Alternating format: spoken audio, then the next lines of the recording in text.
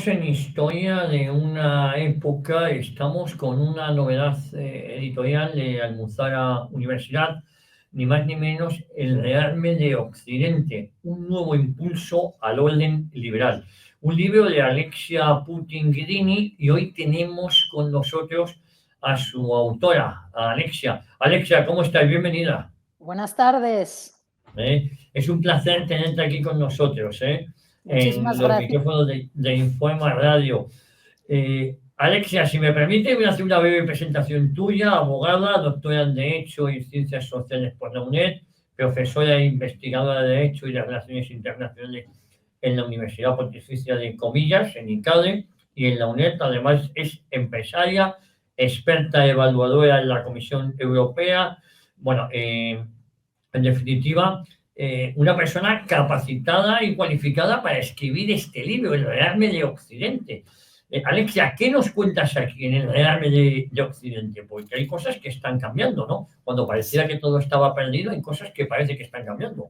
Pues justamente por eso se llama así el libro, ¿no? Porque yo creo que Occidente en general y la Unión Europea en particular está afrontando unos retos realmente existenciales en este momento, ¿no? Hoy se coronará, digamos, de alguna manera a Sí. Trump en su segundo mandato.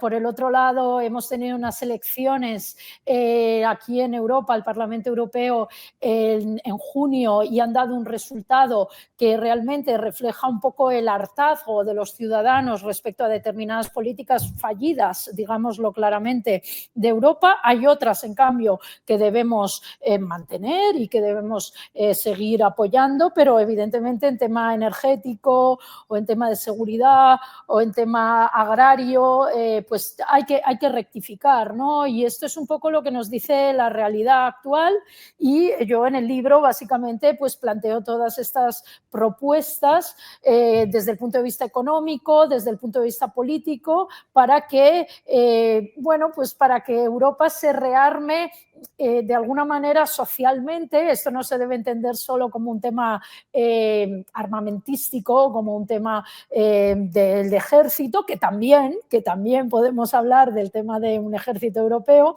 pero hay que verlo desde un punto de vista 360 grados global. Vale. Oye, y hablabas de la reelección de Trump como presidente de los Estados Unidos. A mí me gustaría que me comentaras la relación Trump-Unión Europea, porque creo que eso es fundamental también. Es decir, Alexia, no sé si coincides conmigo, pero es curioso que el rearme de Occidente, en este caso, puede venir de USA. Sí, exactamente. Yo es que creo que, ante todo, tenemos que ser conscientes que el Trump de 2016 Sí. no es el Trump de 2024.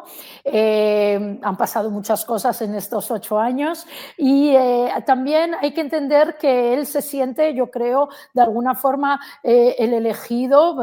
Tiene un poco estos ramalazos mesiánicos de salvar Occidente, ¿no? Pero hay unas cosas en las que Europa tiene que ser consciente que tenemos que rectificar nuestras políticas para justamente no dejar que nuestra sociedad occidental, que al fin y al cabo ha sido de momento la más exitosa que hemos conocido a lo largo de la historia, pues que no decaiga, ¿no? Que no caigamos en ese declive tantas veces preconizado, pero que al final nunca, gracias a Dios para nosotros, nunca se materializa del todo. Pero realmente hay que rectificar. Y yo creo que Trump sí se siente un poco el encargado de rectificar este coche que va a la deriva en una curva, que está derrapando y que a lo mejor tenemos que volver a incluir en la pista. Sí, sí, sí, sí.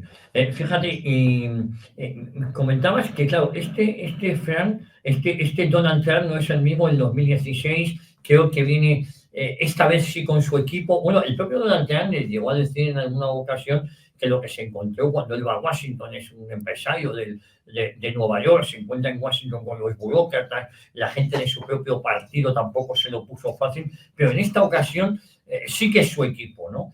Sí que los ha elegido él, sí que es gente más de su confianza que lo que pudo ser en el 2016, ¿no?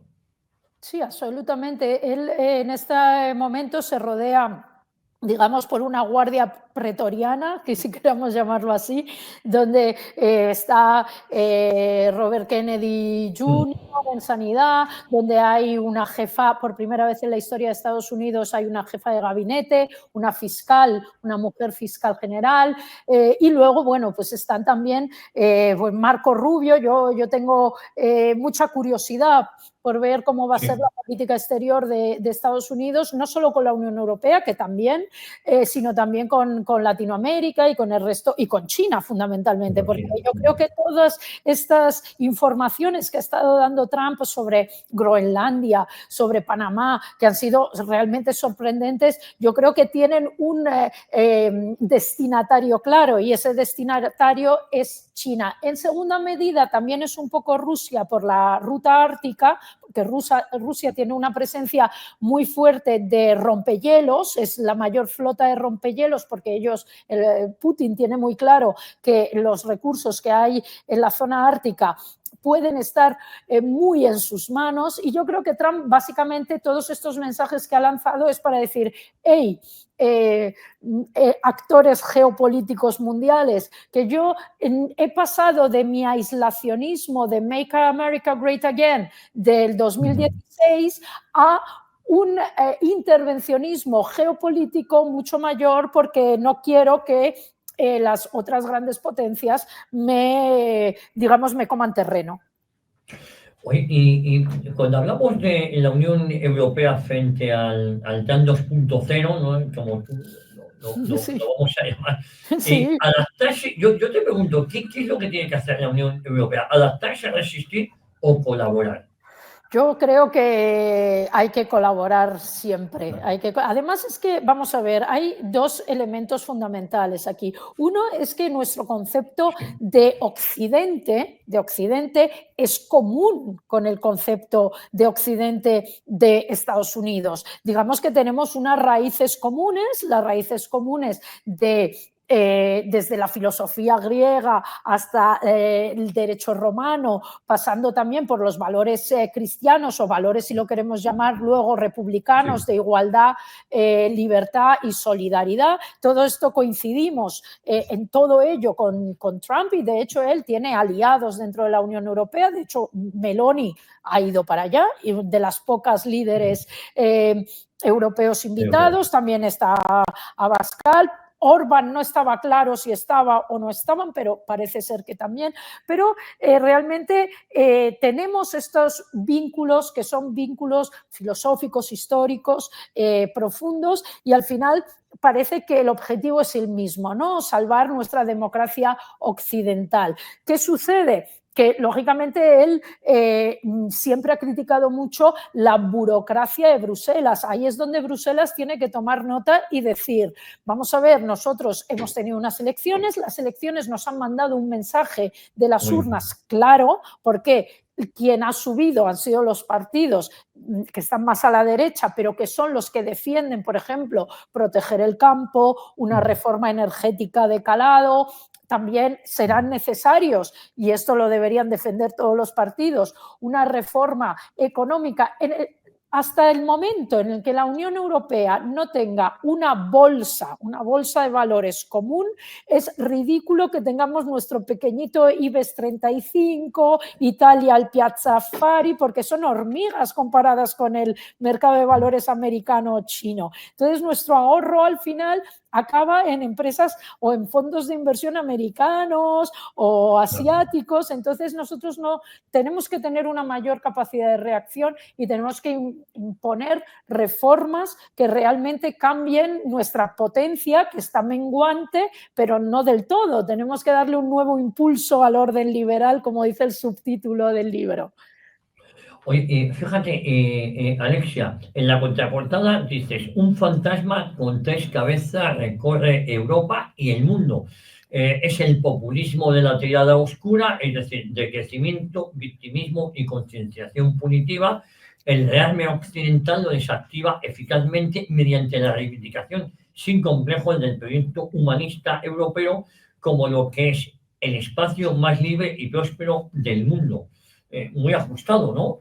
Esta declaración de intenciones, sí. Bueno, la idea es que nosotros hemos construido una sociedad muy próspera en base a nuestros principios, hablaba antes de nuestros principios y nuestros valores filosóficos, religiosos, culturales, jurídicos, pero lógicamente en este momento de la historia también tenemos grandes potencias que están emergiendo con una fuerza brutal. Hablo de China, pero podríamos hablar también de India y de también muchos países de ese sur global que realmente tienen potencial. ¿Qué sucede? Que nosotros, en ese afán de regularlo todo, hemos empezado incluso a dar cabida a teorías decrecentistas que son trampas de pobreza absoluto, trampas de pobreza para nosotros y trampas de pobreza para los países en vía de desarrollo. No hay evidencia de que el decrecimiento, es decir, imponer toda una serie de regulaciones y de normativas que impiden el libre desarrollo de la empresa, sean exitosas, todo lo contrario, nos van a empobrecer más. Eso por lo que tiene que ver con el decrecimiento, que es una de las cabezas de esta triada oscura que yo observo. Luego está el victimismo. Hemos estado inmersos en una... y seguimos inmersos, y nuestras jóvenes generaciones todavía más, en esta idea de que si tú te declaras, te autopercibes como víctima, vas a tener derecho a toda una serie de dádivas y privilegios. Yo soy víctima porque pertenezco a un colectivo X, entonces tengo que tener garantizados por parte del Estado una serie de derechos. Crear una sociedad de víctimas es crear una sociedad débil, una sociedad que no se enfrenta a los problemas. Y luego está la concienciación punitiva, que es que cualquier acción de la sociedad occidental, nuestro modo de viajar, nuestro modo de relacionarnos, nuestro modo de comer, nuestro modo de movernos en nuestra ciudad, si tienes un coche, comes carne, viajas en avión, todo lo hacemos mal, parece, y justamente es todo lo contrario, porque gracias a ese gran desarrollo de nuestro capitalismo, digámoslo claro, de nuestra sociedad de mercado libre, pues hemos desarrollado sociedades tan fuertes que además tienen un buen sistema de bienestar social también desde el punto de vista de la educación y de la sanidad, por lo menos comparado con el resto del mundo. Por lo tanto, ya está bien de autoflagelarnos tanto y de pensar y de perder tanta autoestima. Recuperemos un poco la autoestima y démonos cuenta que vivimos, pues probablemente en la mejor zona del mundo por muchos elementos y por muchos motivos, pero que esto hay que protegerlo, porque si no vienen los decrecentistas y nos quitan todo. Oye, me gustaría hablar también del futuro de la Unión Europea. Encontrar la oportunidad de oro para que Europa recupere su autonomía estratégica. Claro, la pregunta que te hago es si Europa quiere recuperar esa autonomía estratégica, porque da la sensación, hemos hecho dejar de funciones con la OTAN, hemos hecho dejar de funciones con otras cuestiones y queremos que alguien venga a solucionarnos nuestros problemas, ¿no? Sí, bueno, yo es que creo que justamente te decía antes que las elecciones de junio quizás todavía no nos hemos dado cuenta de los efectos que esto puede tener, pero el cambio que ha habido dentro de la Comisión Europea es importante. El hecho que haya habido, la Unión Europea es un matrimonio de conveniencia entre las dos grandes familias políticas europeas, que son la democracia cristiana y la socialdemocracia. Siempre ha sido un matrimonio entre esas dos familias. Bueno, pues ese matrimonio ha tenido que dar paso también a alguien más en esta nueva comisión y por eso han entrado Fitto y Valéry, ¿no? Fitto de Italia, que es el candidato de Meloni, y Valéry es el candidato de Orbán. No se había permitido nunca entrar grupos que ellos han llamado más de extremos o llaman radicales o más extremos por un lado o por el otro, digamos así. Entonces, ¿qué pasa? Que sí se van a ver cambios y sobre todo yo creo que se van a ver cambios en la política exterior con Kaja Kallas, que ha sustituido a Josep Borrell. Kaja Kallas es una persona distinta a Josep Borrell, es de un país báltico que se siente muy amenazado por Putin, por lo tanto creo que vamos a ver cambios en las políticas. Otro tema importante es la energía nuclear. La energía nuclear va a prevalecer por fin, ya era hora, en la Unión Europea. España no se entiende esta hipocresía, este ir contra corriente, querer cerrar las centrales españolas en vez de imponer una moratoria, es verdaderamente vergonzoso, porque además yo creo que al final Teresa Rivera en la Unión Europea votará a favor de la energía nuclear, pero aquí en España no sé, les cuesta mucho admitirlo. Justamente este fin de semana hubo una gran manifestación para evitar el cierre de las centrales nucleares en España. Oye, bueno, hubo, sobre todo la de Garoña, las 7 que quedan, pero es curioso esos vaivenes de la Unión Europea, ¿no? Que, a este paso el carbón también va a ser una energía verde. No, no lo digo porque, claro, el papel lo aguanta todo y los colores también, ¿no? Van cambiando de opinión según el momento. ¿La Unión Europea tiene futuro? Porque esa sería otra de las cuestiones, ¿no? No sé si se les ha ido ya la mano del inicio de lo que era el mercado común europeo, ahora cada vez se meten más en la vida de las naciones, ¿no? Yo creo lo que regulan absolutamente todo, sí. lo mejor que nos puede pasar a los europeos, porque en un mundo hiperglobalizado e hiperconectado como el que vivimos en este momento, no debemos olvidar el gran mercado que somos, la potencia económica que somos. También no debemos olvidar lo que llamamos el efecto Bruselas, porque ese efecto regulador que nosotros a veces criticamos porque es excesivo, y yo estoy de acuerdo con eso, hay un exceso de burocracia, sí, hay un exceso de normativa, no nos damos cuenta del gran efecto que produce fuera de nuestras fronteras. Básicamente, si alguien quiere comerciar con nosotros, se tiene que adaptar a nuestra regulación y eso nos da un potencial fuerte a la hora de la toma de decisiones. Por lo tanto, esto lo tenemos que transformar en positivo, por eso yo hablo de concienciación negativa o punitiva, pero que hay que transformar en concienciación en positivo, de saber lo fuertes que somos, de rectificar todo el desastre de políticas que hemos adaptado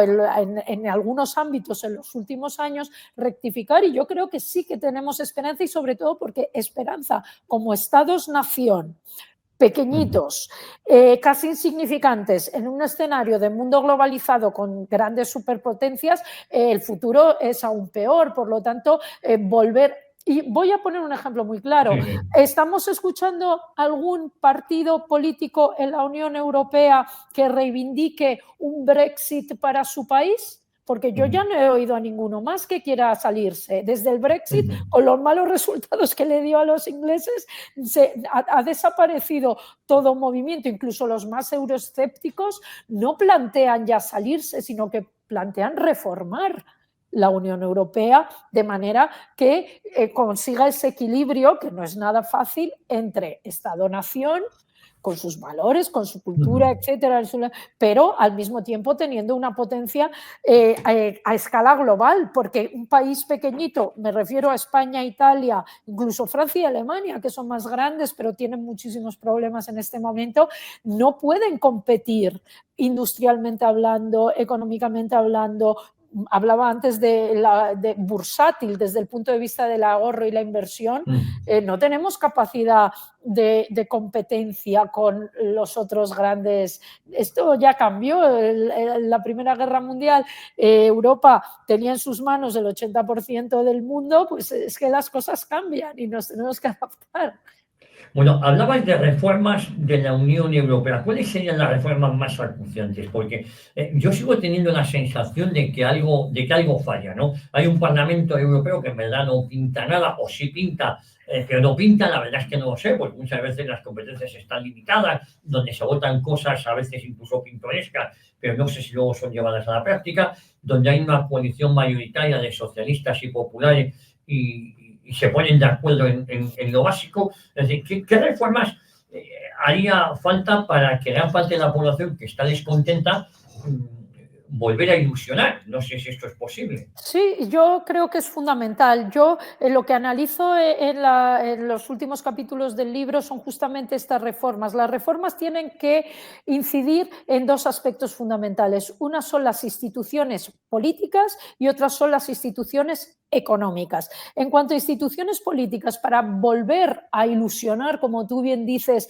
a la población europea, yo creo que es fundamental que políticamente nosotros votemos al presidente de Europa. Nosotros estamos votando, como tú bien dices, un parlamento que tiene unas competencias, porque las tiene sobre todo en cuanto al presupuesto, y luego también tiene iniciativas legislativas, pero es verdad que está muy limitado por la Comisión y por el Consejo Europeo, las cosas como son. Pero si nosotros votásemos al presidente de Europa primero, yo creo que resolveríamos muchos problemas. Uno, de identidad. O sea, están decidiendo por mí unos señores en Bruselas que yo no he votado. ¿Quién ha votado a Ursula von der Leyen? Nadie. Entonces, quiero votar un gabinete, un presidente con sus... Al fin y al cabo, podemos decir que los comisarios son más o menos como una especie de ministros, ¿no? Respecto a otras reformas políticas, fundamental, el sistema de mayorías. Actualmente, en los temas muy importantes, hay un sistema de veto. En otros temas tenemos las mayorías, que es una fórmula entre el 55% del número de países, en este momento serían 15 países, pero que sumen además el 65% de la población, porque claro, si no, los grandes países siempre tomarían todas las decisiones. Por lo tanto, hemos inventado esa fórmula. Pero hay un problema, que las decisiones importantes, seguridad, energía, etcétera, pues todavía tenemos el sistema de veto. Por lo tanto, hay un sistema de bloqueo. Siempre hay algún país, imaginaros una comunidad de propietarios con 27 inquilinos, con 27 propietarios, siempre hay uno que se queja y no te deja avanzar. Por lo tanto, reformas políticas en cuanto a sistema de mayorías. También en cuanto a la educación, hay que ir un poquito más allá del Erasmus. El Erasmus ha sido exitoso. Nuestros jóvenes viajan, aprenden un idioma, etcétera. En el sistema de investigación y desarrollo tiene que haber mayor movilidad entre nuestros investigadores. Todo esto son decisiones políticas. Y luego están las decisiones económicas. Y en lo económico, ¿qué hacemos? Lo primero, lo que os he dicho, crear una bolsa común europea. Nuestras bolsas son irrisorias comparadas con las bolsas americanas o chinas, etcétera. Nuestro ahorro se va a Estados Unidos. Nosotros, cuando tenemos unos ahorros y vamos a nuestro banco, al que nos gestiona el dinero, la cartera, al final, si le preguntas bien dónde está metiendo el ahorro, la rentabilidad vienen desde fuera. Hasta que no creemos un único marco, una única bolsa europea, ese ahorro nuestro se va a ir a los otros países encima, les estamos financiando. Y luego una reindustrialización real, o sea, nuestras empresas son demasiado pequeñas. Acordaros del ejemplo de Ferrovial, que fue muy criticado porque se fue en un momento dado. Bueno, se fue por muchos motivos, aquí también porque sufrió unos ataques por parte del mismo gobierno, que es increíble que el gobierno ataque a sus propias empresas, pero por otra parte también porque necesitaba crecer y aquí no conseguía crecer más. Entonces, ¿qué se va? Se va a Estados Unidos. Increíble. Y entonces, claro, tenemos que reagrupar. Yo pongo siempre dos ejemplos, que también los podemos discutir, esto no es la Biblia, pero si tenemos un Airbus, una empresa europea, que es un consorcio de distintas, está en España, está en Holanda, está en Francia, o también Stellantis, en el mundo del automovilismo, que era una industria floreciente en Europa y ahora los chinos nos están comiendo el terreno.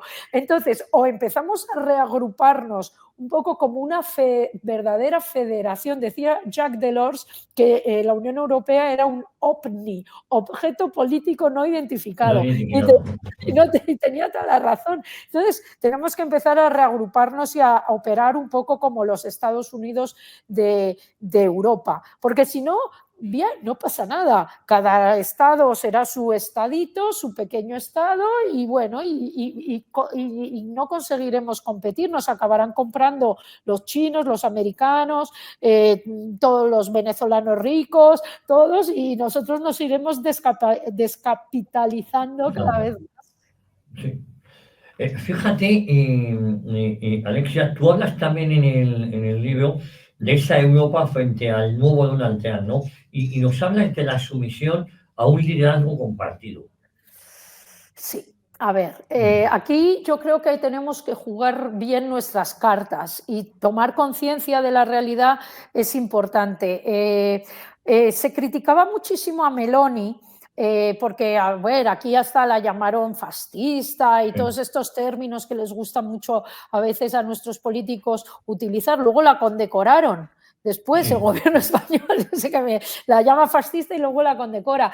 Pero hay que observar un poco lo que está haciendo esta mujer, porque realmente parecía que se iba a cargar Europa y ahora parece el liderazgo, digamos, más sólido. Lo primero que ha hecho ella, ¿qué ha sido? Ha sido poner a un profundo europeísta como su vicepresidente y ministro de Asuntos Exteriores, que es Antonio Tajani, que fue en su día presidente del Parlamento Europeo, luego comisario, etcétera. Entonces, reforzar Europa pasa por tener también buenas relaciones con Trump.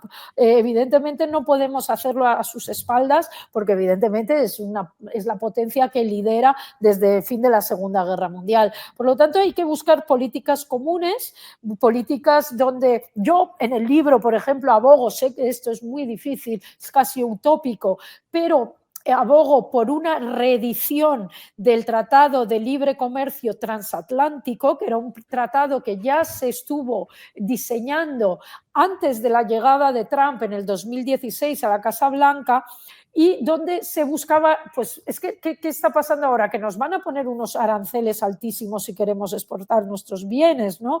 Entonces esto va a hacer sufrir mucho nuestras economías. Entonces yo creo que Europa tiene que buscar estas soluciones para aliarse y no para enfrentarse. El mundo ya está lo suficientemente enfrentado como para buscarnos más enfrentamientos. Entonces la cooperación es fundamental si queremos buscar unas soluciones que den también más estabilidad y prosperidad a la economía europea, que, como os decía, tiene que buscar soluciones urgentes a que se está quedando pequeñita respecto a las demás, pero tiene elementos positivos. Bueno, y también hablas de Trump y la Unión Europea y hablas de que la única solución sería un Occidente unido, una nueva alianza transatlántica como defensa frente a la autocracia global. Lo que pasa es que dentro de la Unión Europea yo veo más países cerca de esa autocracia que que de una alianza con Trump. Otra cosa es lo que hemos visto con Biden, ¿no? Sí, bueno, yo básicamente creo que vamos a empezar a hablar mucho de dos modelos. Uno es el del tecnocapitalismo, si lo queremos llamar así. Vemos que los grandes ahora aliados de Trump son Elon Musk o incluso Mark Zuckerberg, increíble pero Sí, cierto, porque parecía que sí. hasta hace 2 días estaba alineado con otras ideas, Jeff Bezos, etcétera. Entonces sí que vamos a empezar a ver un modelo donde las nuevas tecnologías van a... Ya nosotros mismos nos hemos plegado a esta Eso. potencia. Esta potencia ha sido además voluntario, nos ofrecían servicios que nos parecían fantásticos y les hemos dado todos nuestros datos.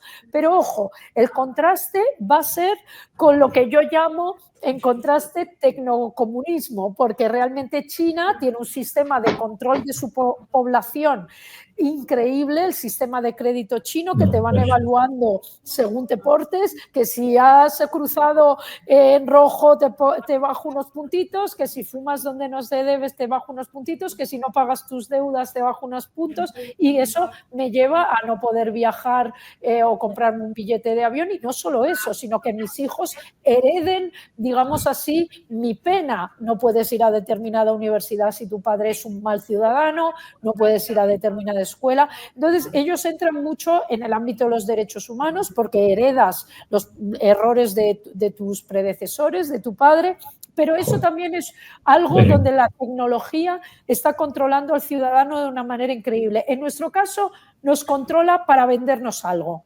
Somos consumistas, entonces a través de la publicidad, del algoritmo, de lo que me quieren convencer, ya me tienen controlado.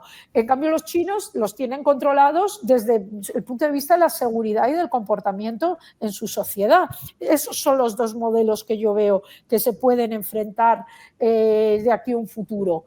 Y respecto a las alianzas de la Unión Europea, hay una alianza clara que es la de Orbán, que yo creo que hace un poco de puente con Putin, sobre todo en el caso de Ucrania, y también Fico, el de la República Checa. Son las dos personas que tienen todavía el canal abierto. Los canales abiertos habría que mantenerlos siempre. Y habrá que ver si, bueno, Rusia tiene un problema grave, acaba siendo como un satélite de China básicamente y mantiene su protagonismo mundial a través de una campaña fallida en Ucrania, ¿no? Que ya veremos en las próximas días, horas, porque según Trump iba a acabar con esta guerra en 24 horas después. 24 horas. Vamos a ver qué pasa mañana. Eso lo veo más complicado, pero bueno, vamos a ver. Oye, Alexia, comentas cómo Europa debería rectificar un cambio en las políticas energéticas, las que hemos hablado antes, cambio en las políticas bursátiles, industriales, y eso puede salvar a Occidente. ¿Hay voluntad de hacer esas rectificaciones? Esa es la gran pregunta del millón. Yo creo que empezamos cada vez más a tener, por suerte hay relevos generacionales y no solo generacionales. Yo creo que sí empezamos a tener personas que toman conciencia de esta realidad y del peligro de no tomar determinadas decisiones, y realmente creo que también tenemos grandes nuevas tecnologías en cuanto, me refiero no solo a la energía nuclear, sino también a otras posibilidades. Yo creo que una fundamental a la que no se está dando la suficiente importancia es la generación de energía a través de los residuos urbanos, residuos de biomasa y residuos de la industria agroalimentaria. Todo esto puede generar electricidad, que es la energía más importante porque es la que utilizamos diariamente los ciudadanos.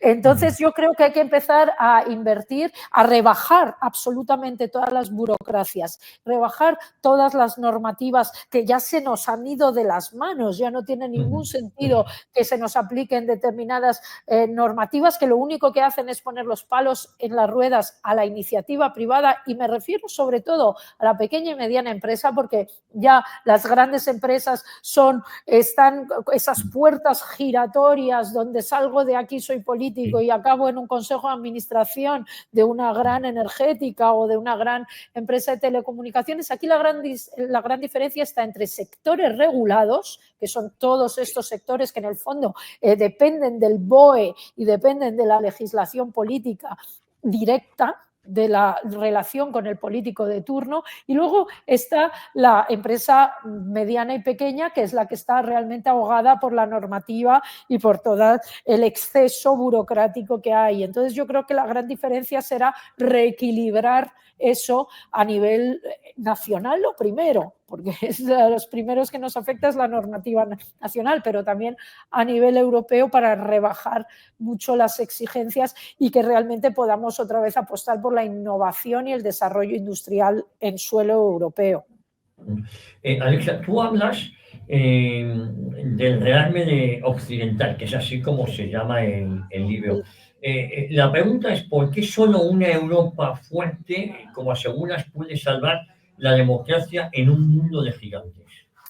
Bueno, básicamente porque los valores que nosotros nos hemos autoimpuesto, porque nosotros, por ejemplo, hablo a nivel de derecho internacional, ¿no? Derecho internacional es un derecho voluntario. Tú no puedes obligar a un país a firmar un tratado ni a someterse a determinadas leyes, ¿no? Entonces, nosotros que hemos conseguido construir este derecho internacional que realmente ha resuelto muchos problemas. Es verdad que tendemos, y yo en esto vuelvo a la concienciación positiva, tendemos como a criticarnos a nosotros mismos en exceso y a ver solo los problemas. Nosotros tenemos que empezar a ver cuánto hemos resuelto a través de las normativas y las legislaciones que nos hemos dado a nivel global. Por lo tanto, que Europa, que ha sido la cuna realmente de todos estos ideales y de todos esos principios y también de estas normativas,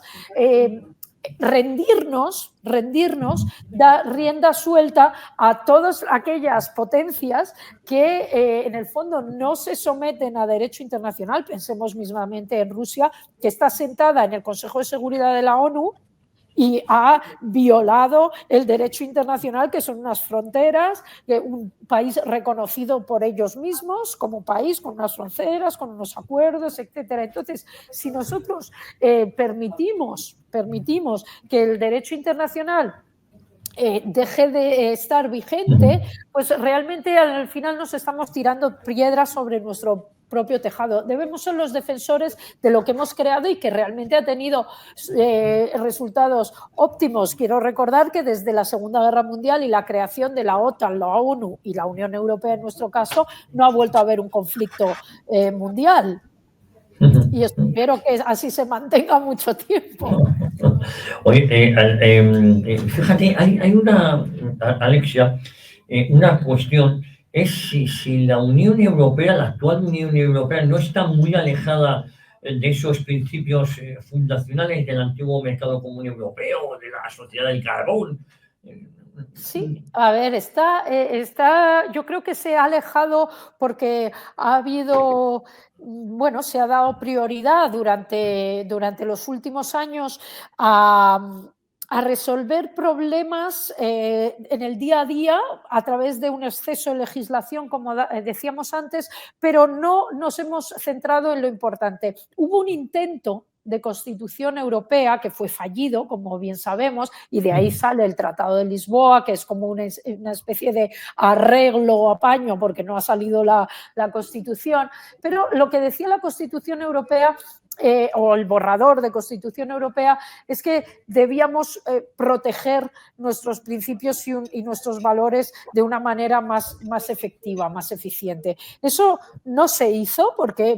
Porque rebajamos un poco nuestros propios estándares y cayendo en este buenismo, cayendo también en no tener una política migratoria eficaz, una política energética eficaz, una política realmente fuerte desde el punto de vista de las instituciones políticas. Al final, ¿qué hemos permitido?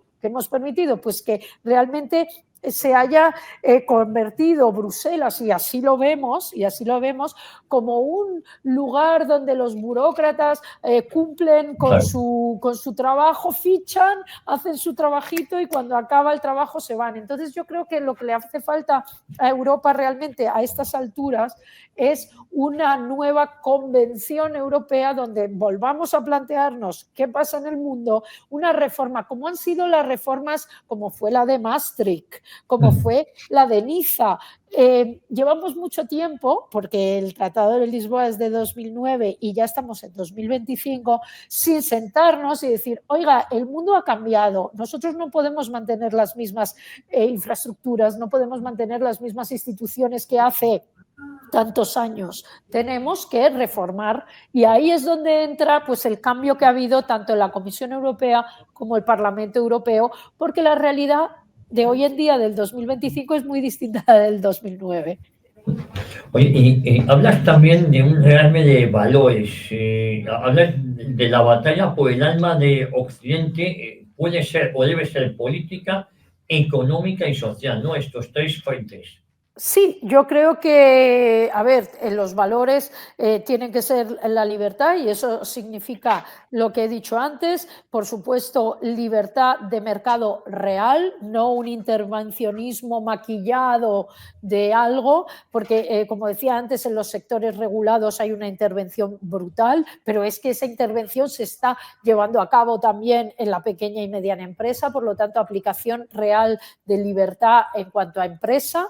Inversiones, ahorro, luego igualdad, por supuesto una igualdad, pero no una igualdad que esté sometida a agendas ideológicas o una igualdad que realmente no genere que la meritocracia sea la guía para elegir a los mejores y ponerlos en los puestos de dirección. Por lo tanto, por eso hablo de valores. Yo creo que la meritocracia es algo de lo que tenemos que volver a hablar y que tenemos que volver a imponer para tomar las decisiones de directivos, de personas de gestores, al fin y al cabo. Y luego la solidaridad, por supuesto, tiene que seguir funcionando en Europa. España, cuando no pertenecía a la Unión Europea hasta el año 1986, se benefició muchísimo de la solidaridad europea en los años sucesivos y todavía hoy sigue siendo un receptor neto en mucha menor cantidad, obviamente, pero se ha beneficiado. Así tiene que ser con los otros países también que se han ido incorporando, que se han ido desarrollando. Los países del este están empezando a tener unos resultados óptimos después de haber tenido que adaptarse a los estándares europeos. Por lo tanto, el principio de solidaridad en la Unión Europea ha sido lo que ha hecho próspero el continente en las últimas décadas y tenemos que seguir manteniéndolo dentro de una racionalidad y una proporcionalidad. Eso es elemental. Pero si queremos convivir en un espacio próspero, común, de libertad, donde nos movemos libremente y antes nos movíamos con pasaportes y visados incluso en la Unión Europea. Hoy, gracias a Dios, esto ya no existe. Oye, Alexia, tú hablas de que a la lucha contra el cambio climático, tal y como lo conocemos en la actualidad hasta ahora, le quedan 2 telediarios. ¿Por qué? Porque, bueno, pues básicamente porque yo creo que ya empezamos a darnos cuenta que esas teorías decrecentistas de las que hablaba hace un rato, pues realmente son falacias, ¿no? Nosotros tenemos que, a ver, el clima siempre ha cambiado. Esto del cambio climático es un poco un absurdo y aparte que ninguno de nosotros ha vivido lo suficientemente, el Vaya, suficiente tiempo para ver cómo era antes o después. Pero bueno, independientemente de que el cambio climático existe, porque el clima cambia también. constantemente, lo que no podemos hacer es supeditar nuestro crecimiento y nuestro desarrollo a unas teorías que a lo que van fundamentalmente es a empobrecernos y Sí. a reducir nuestra prosperidad. Eso es lo que no puede ser. Lo que sí puede ser es que haya nuevas tecnologías. Te hablaba antes del tema de los residuos para generar energía. Por supuesto que podemos mejorar todos nuestros procedimientos y nuestros procesos productivos para mejorar nuestra productividad. Para eso, ¿qué hace falta? Innovación. A veces también equivocarnos en el camino, porque aquí no es que inventemos algo y inmediatamente funciona. Llevamos toda la vida con el sistema de prueba-error, así avanza las sociedades. Pero respecto al cambio climático, yo creo que ya cada vez más actores fundamentales se están bajando de ese carro de crecimiento, básicamente, decir que tenemos que volver a una sociedad pasada, idílica, donde el buen salvaje de Rousseau era muy feliz ahí en la naturaleza, que eso es completamente mentira, eso Mentira. no es cierto. Entonces, tenemos que adaptarnos a que tenemos unas ciudades cada vez más grandes y más pobladas y tenemos que gestionar la energía y tenemos que gestionar los recursos, por supuesto, pero es que nosotros no podemos ver el mundo como una tarta donde nosotros, ávidos occidentales, malvados, racistas, machistas y xenófobos, nos comemos todos los trozos de la tarta y les dejamos las migajas a los demás, porque no es así. Realmente la economía funciona, como dice la profesora María Blanco, más como una piscina donde cada vez que abrimos más grifos, que puede ser desde Internet o a grandes avances económicos, a grandes invenciones, etcétera, y luego están los sumideros que se llevan los recursos. La economía es regular, la entrada y la salida. Y hay algo que se llama economía circular, que ¿por qué no? También podemos utilizar pues, justamente los residuos para generar energía, entre otros muchos ejemplos, ¿no? O sea, yo lo que digo es que cada vez ese discurso apocalíptico de que vamos a morir mañana porque nos vamos a básicamente a quemar todos en este fuego fatuo del cambio climático, pues básicamente no va a suceder. Es que nosotros mejoremos, ¿por qué no?, nuestros procedimientos y nuestros procesos de una manera en positivo, no siempre en negativo, diciendo que es que lo hacemos todo mal, que comemos mal, que nos movemos mal, que los coches, que si tienes una furgoneta diésel eres casi el diablo. Sí, sí, sí. Bueno, llevan muchos años, ¿cómo diría yo? Anegando Venecia, ¿no? Yo, era pequeño, Yo no. soy de allí, yo soy Sí. veneciana Bueno, pues tú no. y llevo toda la vida oyendo que se me va a hundir la ciudad y mi ciudad sigue siendo igual de maravillosa que siempre, incluso mejor, porque hemos Sí, sí. construido el MOSE, que es este Sí. sistema de palancas para frenar cuando llega el agua alta. Bueno, hace relativamente poco estuve y los ecologistas se oponen a utilizar ese sistema porque dicen que se acaban cargando la flora marítima. Y bueno, Pues lo llegamos a la locura, ¿no? utilizamos y Sí, funciona cada vez mejor. mejor. Oye, Es y verdad que costó muchísimo dinero, eso sí es hacerlo, verdad. pero bueno, merece la pena por conservar en Venecia, ¿eh? Para no sufrir. Sí. Oye, Javier Pérez, embajador de España, dice, Alexia Putin-Grini viene a recordarnos lo que deberíamos siempre tener en cuenta. Nada como la estabilidad y la amplitud del orden liberal puede garantizar al inquieto mundo del momento una razonable esperanza de previsibilidad y paz. ¿Estamos a tiempo? Yo quiero pensar que sí, sobre todo porque me siento muy joven y tengo ganas de seguir viviendo en un mundo positivo, digamos así. Javier, que es mi Sí, maestro, es mi maestro, mi amigo y mi mentor, hemos tenido grandes conversaciones respecto, claro, que a veces es inevitable caer en un cierto pesimismo, ¿no? Decir, madre mía, ¿cómo van las cosas? Pero realmente no nos, como sociedad en general, como humanidad, no nos hemos sabido dar un sistema mejor que el que nos hemos dado en la sociedad occidental en cuanto a libertad y en cuanto también a calidad de vida, ¿no? Entonces, bueno, merece la pena pelear por ello, por lo menos para mantenerlo, mejorarlo, si es posible, siempre mejorarlo, pero yo sinceramente prefiero vivir en una sociedad occidental como las nuestras que quizás en otras donde mis libertades pueden ser cercenadas.